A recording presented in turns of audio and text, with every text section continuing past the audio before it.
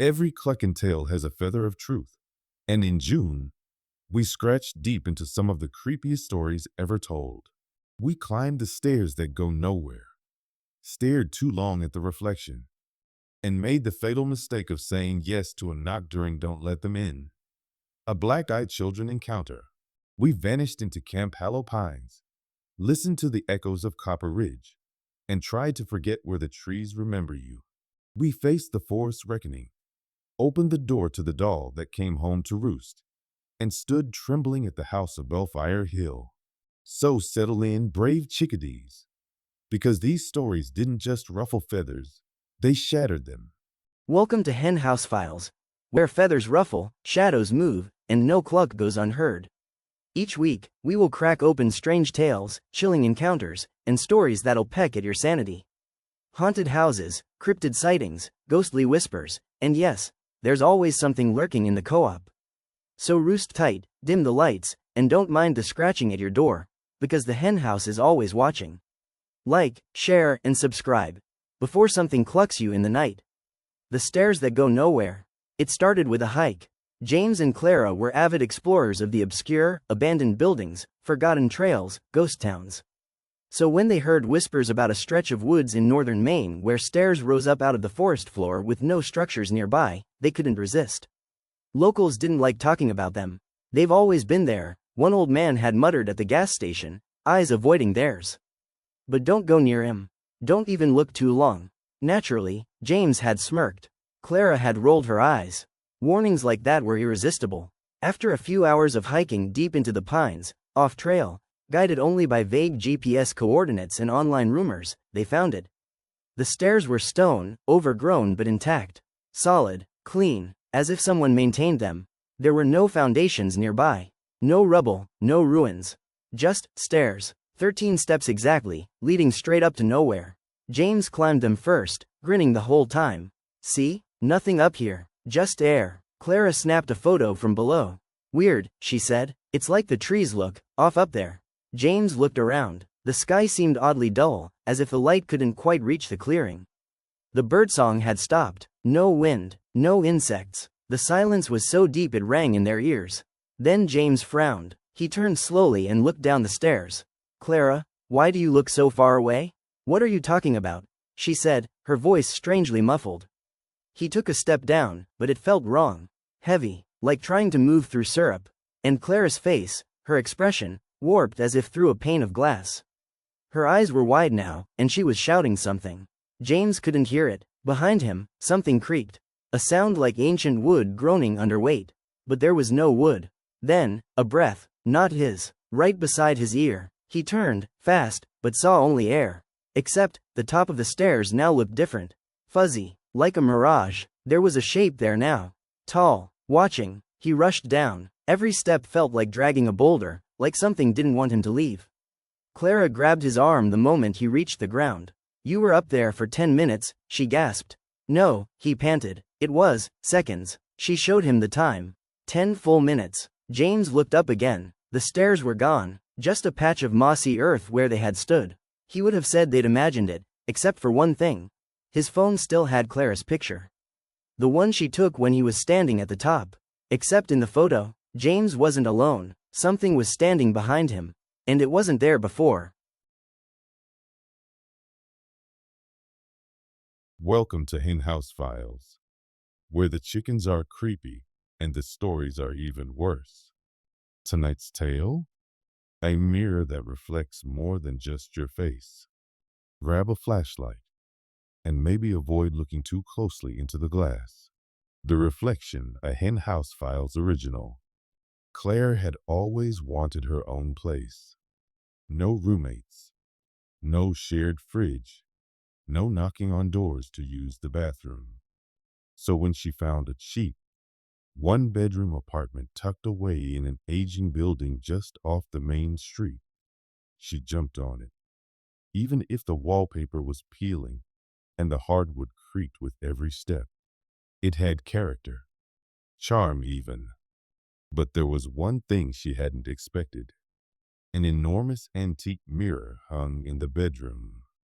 Nearly 7 feet tall and framed in dark, carved wood that looked centuries old. Dust clung to the edges, and the silver backing had a slight ripple to it, distorting the reflection in a way Claire didn't like. She tried to take it down on moving day, but it was bolted into the wall. When she called the landlord, he said, "It's been there longer than the building. You'd be better off leaving it alone."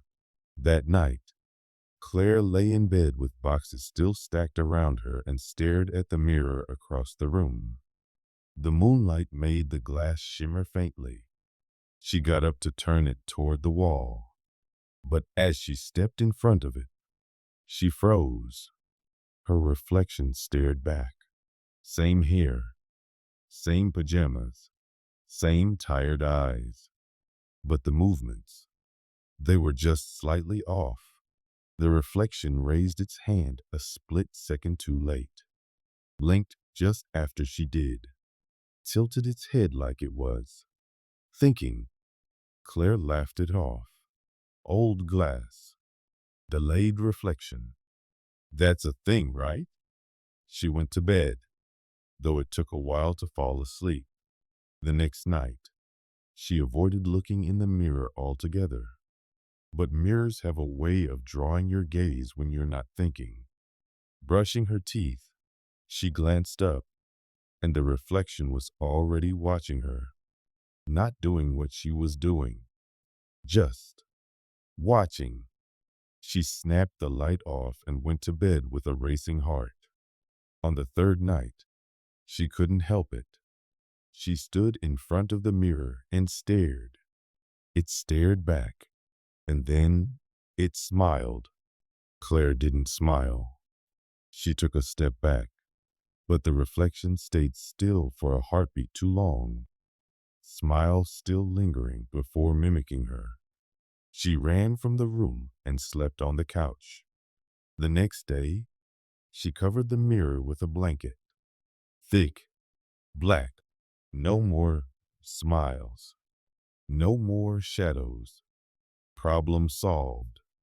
That night, around 3 a.m., she woke up to a sharp, cracking sound. She sat up. Another crack. It was coming from the bedroom. Slowly, she opened the door. The blanket had been pulled down. It lay crumpled on the floor like it had been torn off by something angry. The mirror was still there, but cracked. A perfect spiderweb splinter radiated from the center of the glass. And the reflection? Still smiling. But it wasn't alone anymore. Behind Claire's reflection, in the mirror, stood a crowd of dim, shadowy shapes. They had no eyes, only empty hollows and two wide grins that stretched impossibly long across what should have been faces. And they were moving, shifting, swarming behind her reflection like they were waiting for something.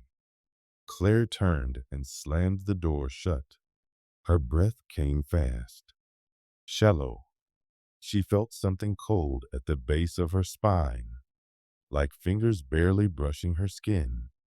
Then she heard it, not aloud, inside her mind. "We see you." The next morning, the mirror was gone, vanished. No glass, no frame, not even a mark on the wall. She called the landlord in a panic. He only said, "Ah, it finally left you then," and hung up. Now, days later, Claire notices strange things. Her reflection still smiles before she does. Sometimes it waves when she's brushing her hair. And sometimes, just sometimes, it isn't alone. She avoids mirrors now, lives by the glow of her phone screen, keeps the windows shut, the lights on, the shadows out. But she knows it's still watching. Every mirror, every screen, every puddle, and every time she forgets, just for a moment, her reflection reminds her by whispering. We never really leave. If you enjoyed that tale, be sure to give us a click and like, share it with your creepiest friends, and subscribe to Hen House Files for more haunted horrors, spooky squawks, and feather-ruffling fear. Got a spooky story of your own? Drop it in the comments. We're always watching. Welcome back to the Hen House Files, where the coop is cursed, the feathers are freaky, and every cluck could be your last.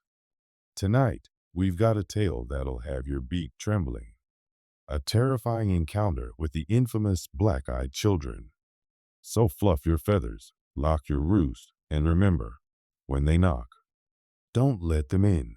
Tonight's tale is called Don't Let Them In, a black-eyed children encounter. Get ready, because these little peckers aren't here to play. They're here to haunt. It started like any other night.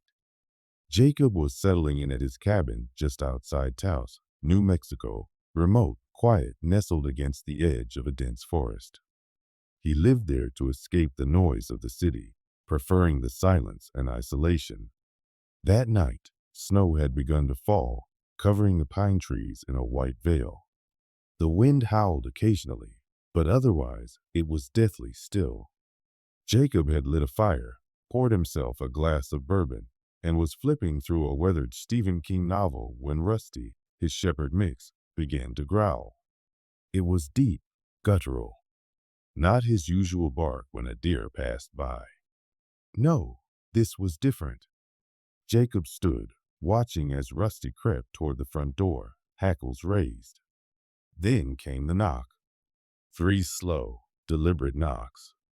Knock, knock, knock. Jacob paused. It was nearly midnight. No one should be out here, especially not in a snowstorm. He walked quietly to the door, peered through the peephole, and stopped breathing for a moment. 2 children stood outside, a boy and a girl. Couldn't have been older than 10. Their faces were pale, unnaturally pale, like they hadn't seen sunlight in years. Their clothes looked old, almost antique. The girl wore a white dress with lace trim, stained with mud. The boy had on a tattered gray hoodie and jeans, far too thin for the cold. But the weirdest part wasn't their appearance. It was how still they were. No shivering, no fidgeting, just standing. Too still. Jacob didn't open the door. He called out, "You kids okay? You lost?" That's when the girl raised her head. Slowly, deliberately. Her voice was soft. "We need to come in. Please. Our parents will be here soon."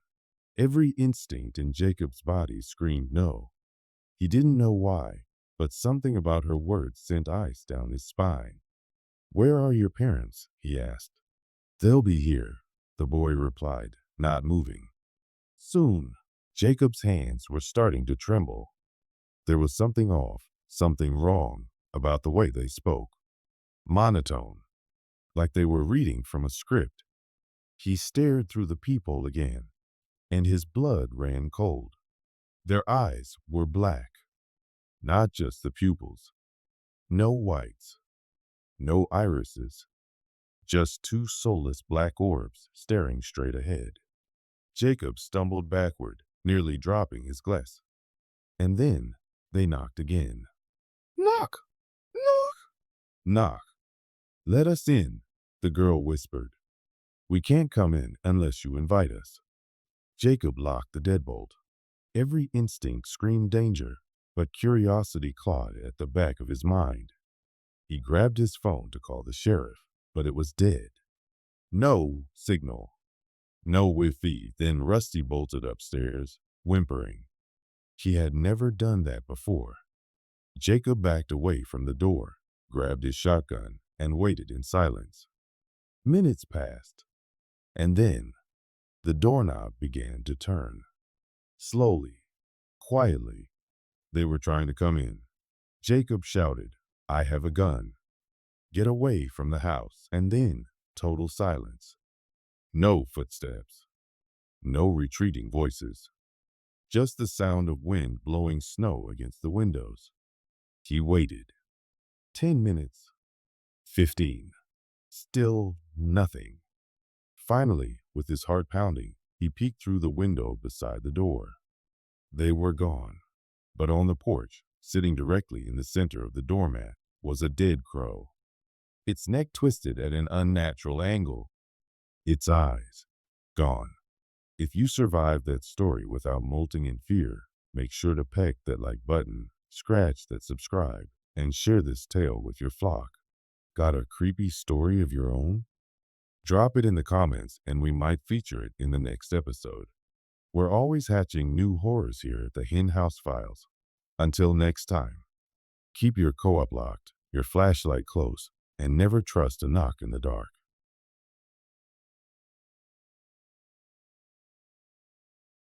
Welcome to the Hen House Files, where the feathers fly, but the fear is real. Tonight, we take you deep into the woods of Oregon, where a peaceful summer camp hides a secret that's been scratching at the floorboards for years. So grab your marshmallows and your flashlights, and don't turn your back on Cabin 6. Every summer, Camp Hollow Pines opened its gates to a new group of campers. Nestled deep in the Oregon woods, the camp was surrounded by towering pines, a still, glassy lake, and winding trails that led further than most dared to explore. From the outside, it seemed like the perfect retreat. But returning campers knew better. They whispered about Cabin 6. They said it was cursed. That something had happened there years ago, before the records, before the current stuff. The cabin was farthest from the main campgrounds, hidden near the edge of the tree line where the shadows always fell first. The wood was warped. The windows never quite closed. And the air inside always smelled wrong, moldy, metallic, like something rotting slowly just out of sight.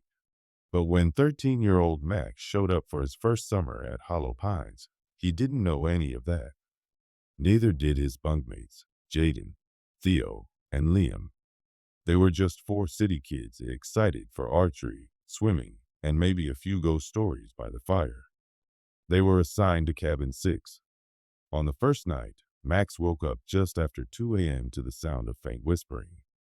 At first, he thought it was one of the others mumbling in their sleep. But as he strained to listen, he realized something chilling. The voice was whispering his name. Not from a bed. Not from the corner. From beneath the floorboards. He sat up, heart hammering in his chest, and shone his flashlight. Nothing. But the sound stopped the second the light hit the floor. In the morning, he told the others. Jaden laughed. Theo called him a scaredy cat. But Liam didn't say anything. Later that day, Liam pulled Max aside. He told him his older brother had gone to Camp Hollow Pines 3 summers ago. He'd also stayed in Cabin 6. And after he came home, something about him was different. He hardly spoke, refused to sleep in his own room, flinched at small noises. One night, Liam overheard him talking in his sleep, whispering a single phrase, "It lives under us." That night, Max didn't sleep, and neither did Liam. At 2:13 a.m., the whispering returned, but this time there was also scratching. Faint, clawing sounds like nails on dry wood coming from under the rug at the center of the cabin. And then, something else. Click. The sound of a trapdoor unlocking. The next morning, Liam was gone. His bed still made. His clothes untouched. No footprints. No goodbyes. When they asked the counselors, Ron, the head counselor, shrugged and said Liam had gone home early due to homesickness. But the gate had never opened. No car had come, and Liam's name had been neatly crossed off the camp roster. That evening, Jaden started complaining of headaches. Said the buzzing wouldn't stop. Like bees, he muttered. Right behind my eyes. That night, he vomited in his sleep. muttering nonsense in his dreams. By the next morning, Jaden was gone too. Again, no sign of struggle, just gone. Theo and Max panicked. They begged to be moved, pleaded to stay in a different cabin, but Ron denied their request with a strange, too-wide smile. Cabin 6 is safe. Always has been. Some campers just aren't strong enough. Theo cried himself to sleep that night. Max didn't sleep at all. And at exactly 2:13 a.m., it happened. The lights flickered. The trapdoor opened. From the blackness below rose a shape, long-limbed, hunched, made of ash and bark and shadow. Its face was a mask of pine needles, stitched into a permanent smile. And behind the stitched grin, you could hear it breathing, wheezing. Max couldn't move, couldn't scream. The thing crawled to Theo's bed, slowly, almost curiously. Then leaned down, whispered something Max couldn't hear, and pulled Theo under the floor. Max ran. He didn't stop until he reached the lake, where the reflection of the moon showed faces just beneath the surface. Not ripples, not weeds, faces. Liam, Jaden, Theo. They stared up at him, mouths open, screaming silently underwater. He passed out from the terror. The next morning, Max's bunk was empty. Ron told the others Max had run away in the night. His name was crossed off the list. Cabin 6 was empty for the rest of the summer. But if you walk by it late at night, you can hear the trapdoor creak open. And sometimes, you'll hear someone call your name. If that story made your feathers stand on end, don't forget to peck that like button, roost on subscribe, and crow it out by hitting share. Do you have a creepy camp tale or urban legend? Drop it in the comments below. You might just hear it on the next Hen House File. Until then, keep your flashlight on, and whatever you do, don't answer the whispering. Welcome back to Hen House Files, where the feathers fly, the shadows cluck, and the stories, well, they go bark in the night. Tonight, we're heading deep into the Rocky Mountains, to a place even the bravest roosters wouldn't roost. So fluff your feathers, grab your lantern, and don't wander too far from the coop, because this is The Echoes of Copper Ridge, a tale of lost campers, mountain whispers, and something in the woods that likes to peck at your soul. When Matt suggested a camping trip in the Rockies, it was supposed to be a reunion, just 4 college friends reconnecting after years of drifting apart. They chose Copper Ridge, an isolated spot nestled between jagged cliffs and a dense stretch of pine forest that barely showed up on maps. Completely off-grid, Matt had boasted. No cell signal, no other campers, no drama. They arrived late in the day, Matt, Liza, Jared, and Claire. The dirt road had rattled their bones for miles before finally spitting them out onto a moss-covered clearing near the edge of a cliff. Below, a dark river snaked through the canyon like a ribbon of ink. Above, the trees leaned inward, as if eavesdropping. The group set up their tents, got a fire going, and spent the evening drinking whiskey and swapping old stories. Laughter echoed across the trees, but the woods never laughed back. That night, as the fire died down and stars took their place overhead, Claire stood to go to her tent when she froze. Do you guys hear that? Everyone went still. From the woods, there was a soft sound. Not a growl. Not a howl. A whistle. 3 high-pitched notes. Rising. Falling. Rising again. Like a nursery rhyme played on a broken flute. Jared chuckled nervously. It's probably a bird or something. In the middle of the night? Liza asked, clutching her coat tighter. Matt grabbed a flashlight and pointed it toward the tree line. Could be wind through a hollow tree or some mountain echo. But the whistle repeated. And this time, it was closer. None of them slept well that night. Day 2. The next morning, the mood was lighter. They chalked it up to nerves and mountain acoustics. The group hiked along an old trail Matt had found on a topo map. The path twisted between boulders and fallen trees, eventually leading to an abandoned mining shaft, boarded up and draped with rusted chains. Copper Ridge Mine, Matt announced. Shut down in the 40s. Supposedly haunted. Claire took a step back. Haunted? There were cave-ins, he said, and rumors that miners would go missing down there. Weird stuff. But it's safe. We're not going in. Still, they stood near the entrance, drawn in by its silent invitation. Someone had scratched something into one of the wooden beams. Liza leaned closer and read aloud. You don't find copper. Copper finds you. Jared rolled his eyes. Spooky. Let's head back. But the rest of the day felt off. The wind carried strange smells, metallic, like blood and rust. At times, Liza swore she saw shapes moving in her peripheral vision. Claire claimed she heard breathing behind her while hiking, even though no one was there. That night, the whistle came back. Only now, it wasn't just a whistle. It was followed by a low, hoarse voice repeating a name, Matt. The fire cracked. The group sat in silence, eyes scanning the dark. Again, Matt. This time, it was closer. Too close. Jared stood abruptly. I'm not doing this. This isn't funny. I didn't say anything, Matt shouted. A long shadow passed behind the tents. Claire screamed. They all scrambled for flashlights, shining them everywhere, but saw nothing. Just trees. Still and indifferent. They decided to sleep in shifts, taking turns keeping watch. Claire's turn came last. At some point around 4 a.m., she dozed off. When the sun rose, Matt was gone.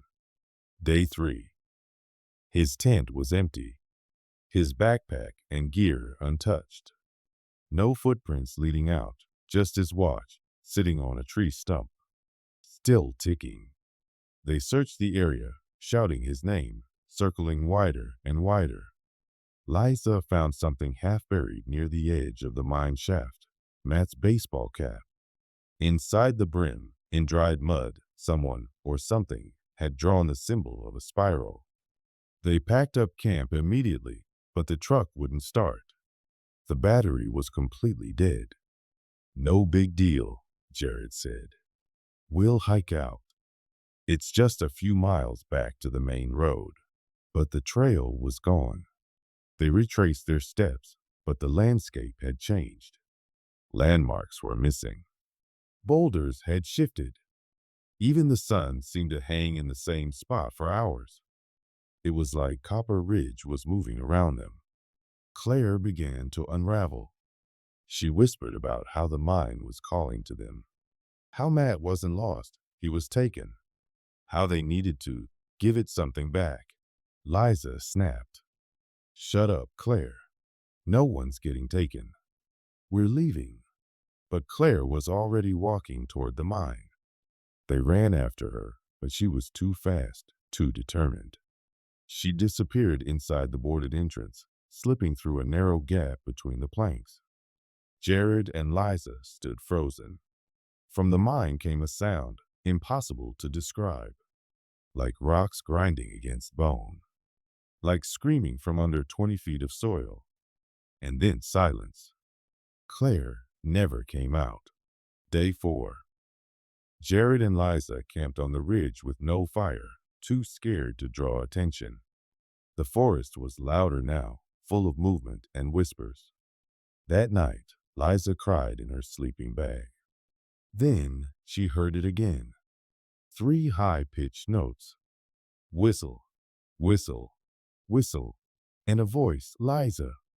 She grabbed Jared, but he was stiff. Eyes wide open. Dead. No marks. No wounds. Just gone. The watch lay beside him, still ticking. Liza ran. into the trees, over rocks, through streams. Branches slashed at her skin. Something followed, never visible, but always present. She ran until her legs gave out and she collapsed on the riverbank, sobbing into the moss. And just before she lost consciousness, she heard it. You don't find copper. Copper finds you. Epilogue. Weeks later, a search team found only two things: Matt's wristwatch, still ticking, and Liza's phone, water damaged but intact. On the phone was a single video. The footage showed Liza, sitting in the woods, whispering into the camera with wide, terrified eyes. There's something in the ridge. It wears the woods like clothes. It takes your name, your voice, your memories. When you hear it whistle, run. But it won't matter. She looked directly at the lens, trembling. It's already behind you. Then the video cut to static. The Copper Ridge Trail was closed permanently. Not for safety, but for secrecy. The forest is reclaiming the campsite now. No one goes near the mine. Locals say the trees have grown thick with whispers. And every now and then, if you listen just right, you'll hear the whistle. And that, my little hatchlings, was the echoes of Copper Ridge. If that didn't ruffle your feathers, you must be part ghost yourself. If you love the story, give us a like, share it with your flock, and don't forget to subscribe to the Hen House Files, where the clucks get creepy and the stories hatch straight from the shadows. Until next time, keep your beak sharp, your coop locked. And if you hear whistling in the woods, don't cluck back. Welcome back, hatchlings, to the Hen House Files, where feathers tremble in the dark and every branch could be hiding something wicked. Tonight, we journey to a place older than memory, a forest that sees you, mimics you, and never lets you leave. This one's called Where the Trees Remember You. No one went to Wolfpine Ridge on purpose. There were no signs pointing to it, no trail markers, and it wasn't listed on any map made after 1978. But every so often, hikers stumbled across it by accident, and most of them never made it back. Trevor and Emily were not hikers. They were YouTubers, urban exploration, haunted places, bizarre locations that the internet whispered about. Their channel was doing okay, but Emily wanted a viral video, and Wolfpine Ridge had just the right mix of mystery and danger. A few missing persons reports, old forest ranger radio logs full of static and screaming, and a barely legible trail map posted to Reddit with the caption, "Don't stay past dusk. Don't answer your own voice." They packed GoPros, headlamps, 2 sleeping bags, and an old EMF reader. They weren't planning to stay the night, but curiosity has a way of rewriting plans. The hike was cold and quiet. Too quiet. They passed deer tracks that just stopped in the middle of the trail, found claw marks on trees 10 feet high, and once a circle of birds' bones arranged like a symbol neither of them recognized. Trevor joked nervously. Emily stayed focused. They reached the ridge just after noon, a clearing surrounded by black pine trees with a single rusted fire ring in the center. No birds, no wind, just pressure, like the air was watching. They set up cameras, walked the perimeter, filmed a quick monologue for the video. Then something strange happened. As Emily panned the camera across the clearing, she saw herself standing at the opposite side, watching, only for a second. Then it was gone. She didn't tell Trevor. Not yet. By 3 p.m., things were unraveling. Trevor's GoPro battery drained completely in under 10 minutes. His backup wouldn't turn on. The EMF reader began beeping wildly at the edge of the clearing, then went dead.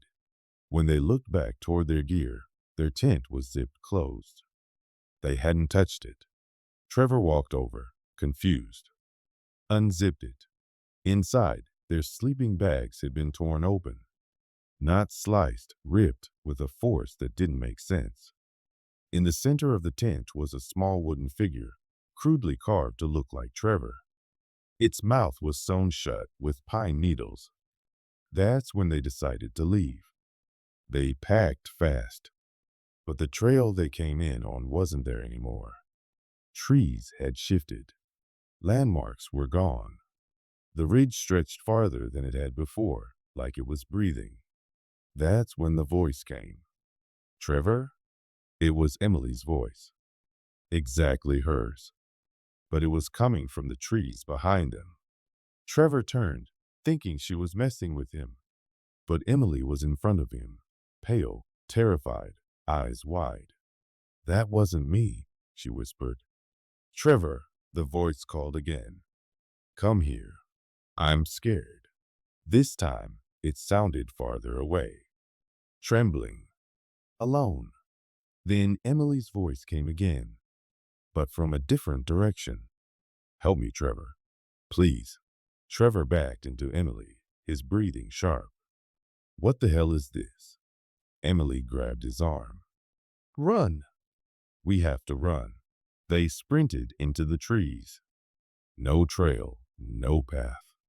Just chaos. The woods seemed endless. The sun refused to set, hovering in that gray pre-dusk glow no matter how far they ran. The trees began to whisper. Not wind whispers. Their names. Their fears. Regrets. Things no one else could have known. Trevor heard his dead father's voice. Emily heard her childhood dog barking from the shadows. And behind it all, her voice. Over and over. Trevor, come here. I'm scared. Come here. Then they found the second tent, identical to theirs. Same brand, same color. Inside it, two bodies, charred black, mouths open, eyes missing. One wore Trevor's hoodie, the other Emily's backpack. Emily screamed. Trevor threw up. Behind them, the whispering stopped. And then, the voice returned. But this time, it wasn't calling to them. It was right behind them. They turned. What stood there looked like Emily, but it wasn't her. The face was too smooth. The eyes were too empty. And its mouth opened impossibly wide before it spoke in her voice again. You shouldn't have come here. Trevor threw the EMF reader at it and ran. Emily followed, though she said later she couldn't feel her legs. Couldn't feel the ground. The ridge never let them go, not really. They finally stumbled out onto an old Forest Service road around midnight, covered in scratches, no gear, no cameras. Rescue teams found them the next morning, dazed and barely speaking. The footage was lost. But sometimes at 3:33 a.m., Trevor's YouTube channel uploads a video on its own. It's always the same, 10 seconds of static, then Emily's voice whispering, Come here. I'm scared. If you ever find yourself in a forest with no birds, no wind, and you hear yourself calling from the shadows, don't answer. The trees remember everything. Thanks for roosting with the Hen House Files tonight. Peck that like button, fluff that subscribe bell, and share this tale with your flock, especially the ones who love a good camping trip. Until next time, hatchlings, stay scared, stay sharp, and never go where the trees remember. Welcome back, hatchlings, to the Hen House Files, where feathers tremble in the dark and every branch could be hiding something wicked. Tonight, we find ourselves in the quaint, isolated town of Hallow Creek, nestled between undulating hills and an ancient, whispering forest that seems to hold its breath as the sun sets on the 4th of July. The air is thick with the scent of fireworks and the underlying current of dread that clings to the townsfolk like a shroud. This story is called The Forest Reckoning, Hollow Creek has a history as dark as the forest that surrounds it. Legend has it that the trees are not just wood and bark, but living, breathing entities that absorb the memories and emotions of those who enter their realm. The townsfolk know better than to venture too deep, especially on this night, for the forest has a hunger that must be sated. As the sun dips below the horizon, the townspeople gather in the square, their faces a mix of excitement and apprehension. The children play, but their laughter is forced, their eyes darting nervously towards the tree line. The adults chat in hushed tones, their smiles tight, their hands clutching rosaries or small talismans for protection. The forest, meanwhile, seems to pulse with an otherworldly energy. The trees creak and groan, their branches swaying as if dancing to a macabre melody. The whispers grow louder, a chorus of voices from the past, their words indistinct, but their intent clear. They want to be remembered. Little Tommy, a curious and brave boy of 10, decides he wants to see what's happening in the woods. He sneaks away from the celebration, his heart pounding with a mix of excitement and fear. As he approaches the tree line, the whispers envelop him, their voices clear and insistent. Remember us, Tommy. Don't forget. He steps into the forest, and the trees seem to close in around him, their branches reaching out like skeletal fingers, blocking out the moonlight. The whispers are deafening now, a cacophony of voices, some pleading, some angry, all desperate to be heard.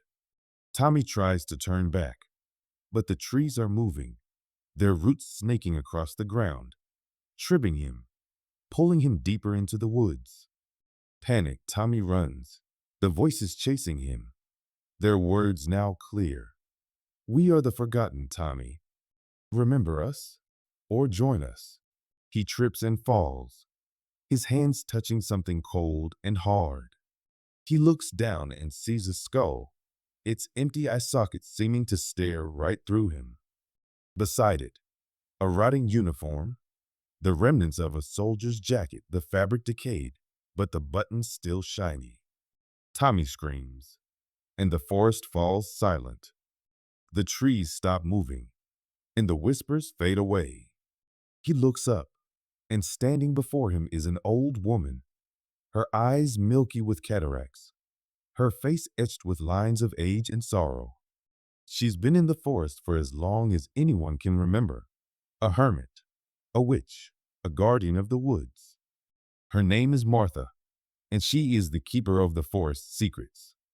You should not have come here, child, she says, her voice like the rustling of leaves. The forest remembers, and it wants to be remembered.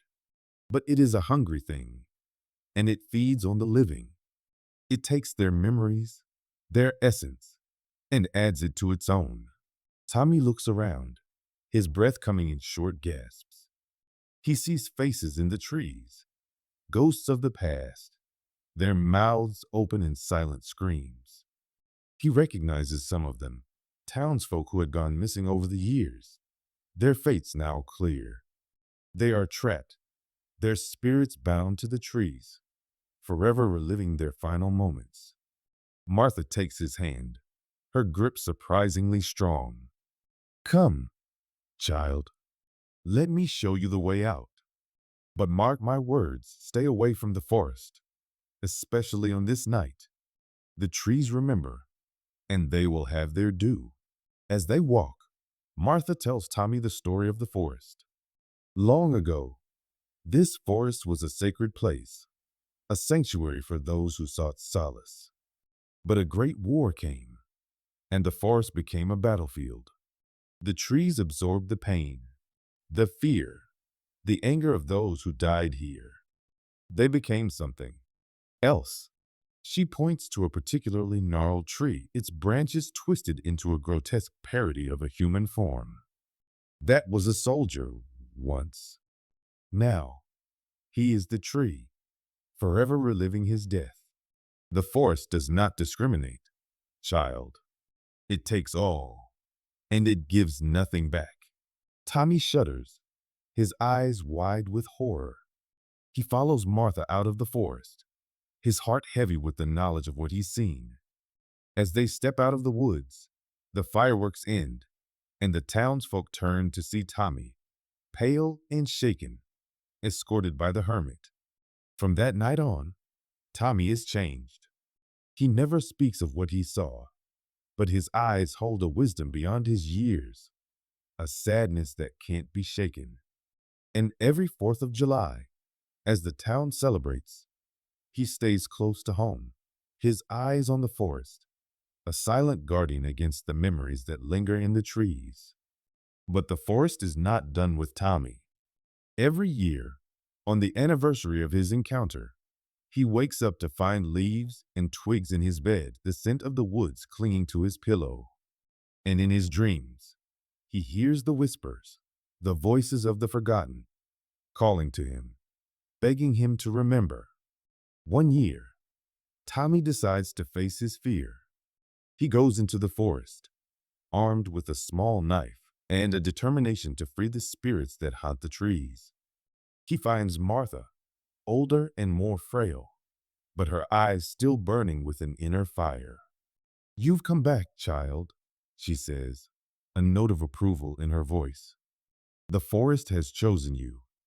It wants you to be its voice, its memory." Tommy nods, his resolve strengthening. With Martha's guidance, he begins to free the spirits, one by one, cutting into the trees, releasing the essence that binds them. It's a painful process for both Tommy and the spirits, but it must be done. As the years pass, Tommy becomes a legend in Hollow Creek. He is the boy who faced the forest and lived, the guardian who freed the spirits of the past. But with each spirit he frees, a piece of him remains in the forest, a part of its memory, a part of its hunger. And so, the cycle continues, the forest's reckoning, the memory of the past, the hunger of the present.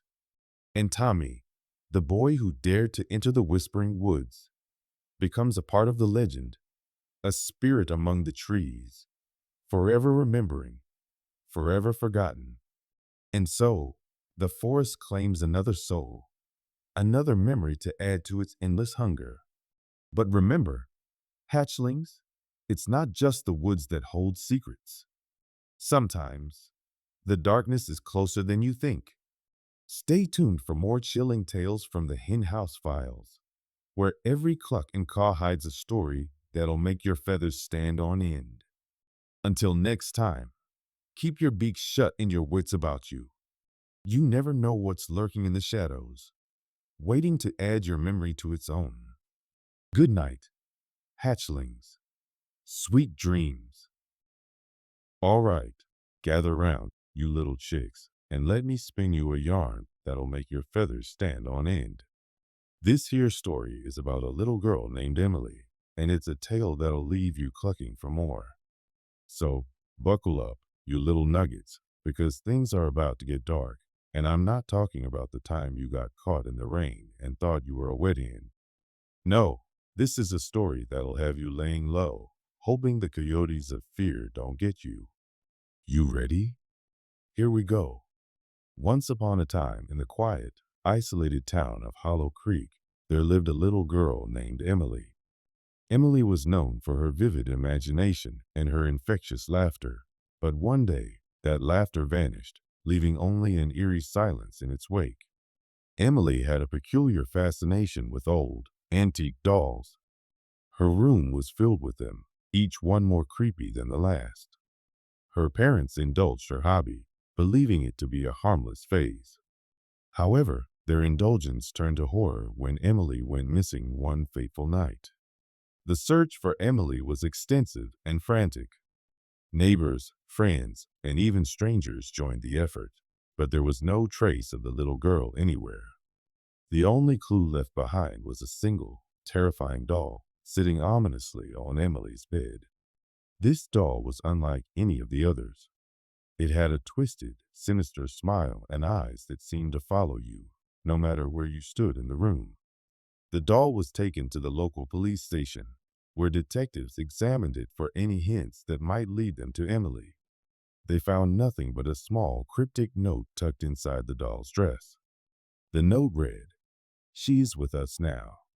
Leave her be, or face our wrath." The detectives were baffled and unsettled. Who were they, and what did they want with Emily? Days turned into weeks, and weeks into months. The town of Hollow Creek was gripped by fear and mystery. Whispers of a curse and supernatural forces spread like wildfire.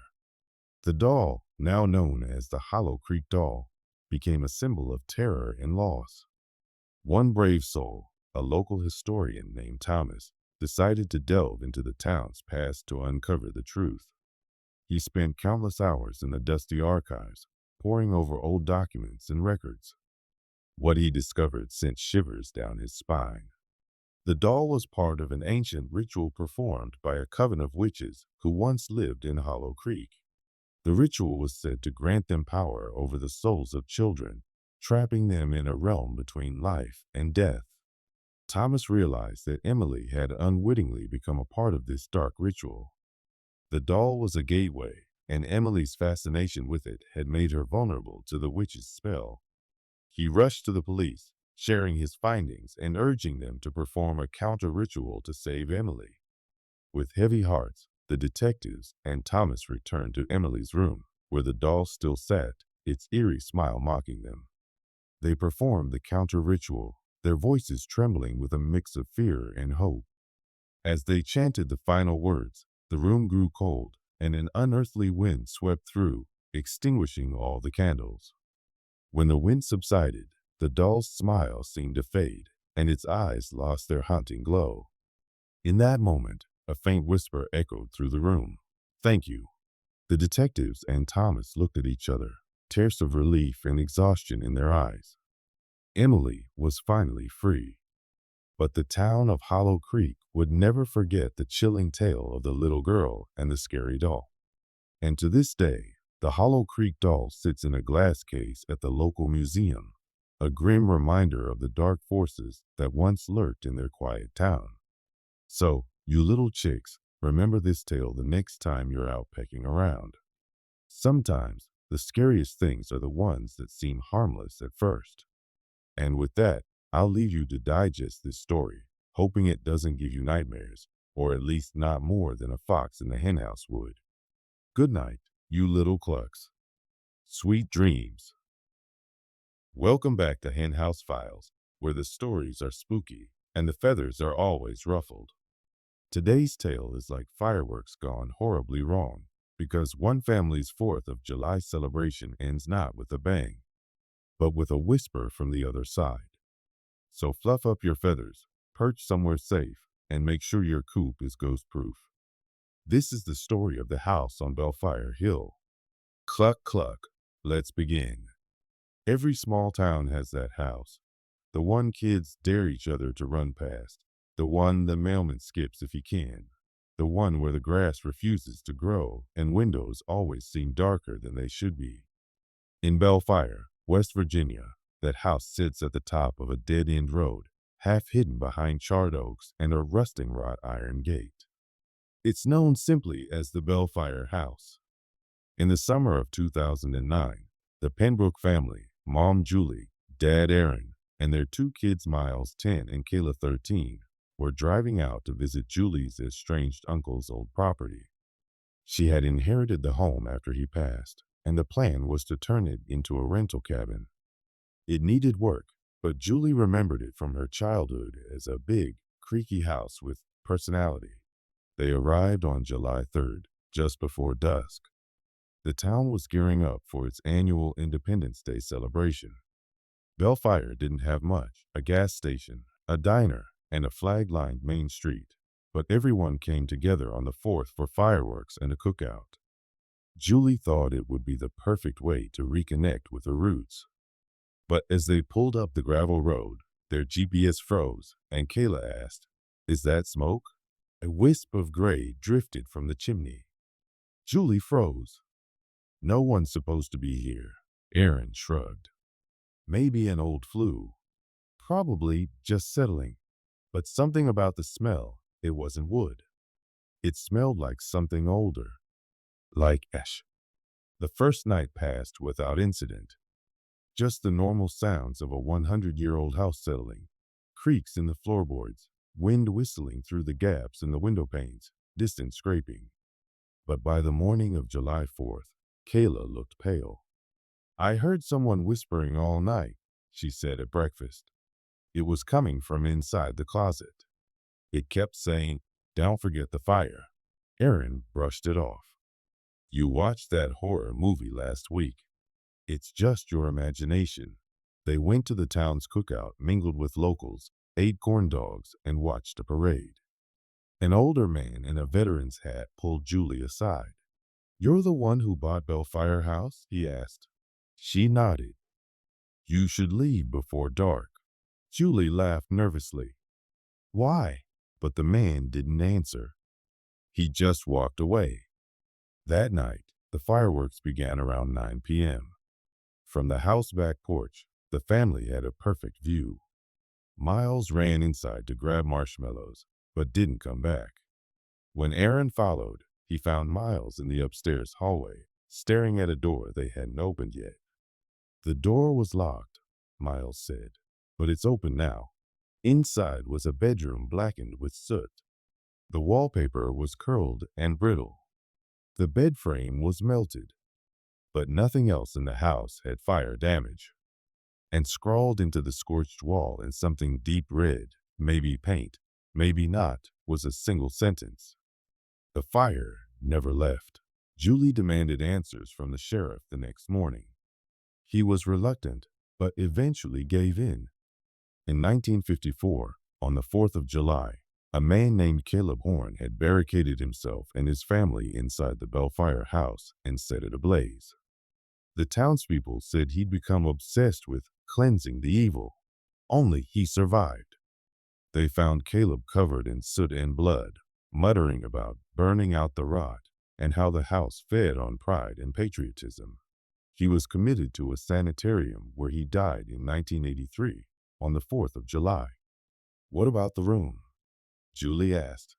"It was the nursery," the sheriff said, "where his children died."